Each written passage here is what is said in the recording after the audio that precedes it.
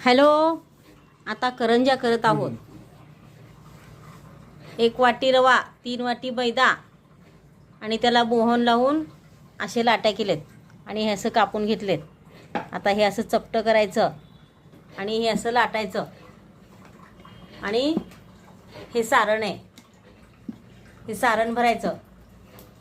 सारण बघा, 1 वाटी खोबरं, 2 चमचे रवा आणि आपल्या गोडीप्रमाणे साखर आणि खसखस आणि खोबरं घातले ना ग, खोबरं रवा घातले।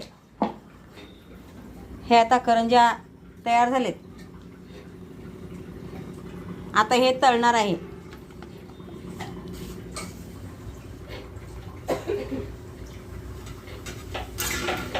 हे बघा, आता ह्या अशा तळायच्या।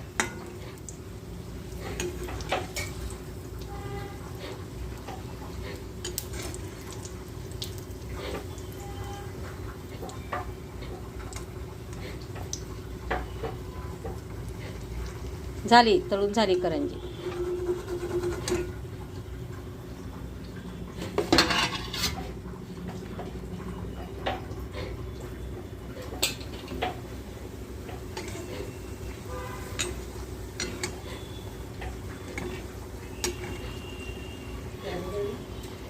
हे बघा, आता हे करंज्या तळलेत। आता या खायला।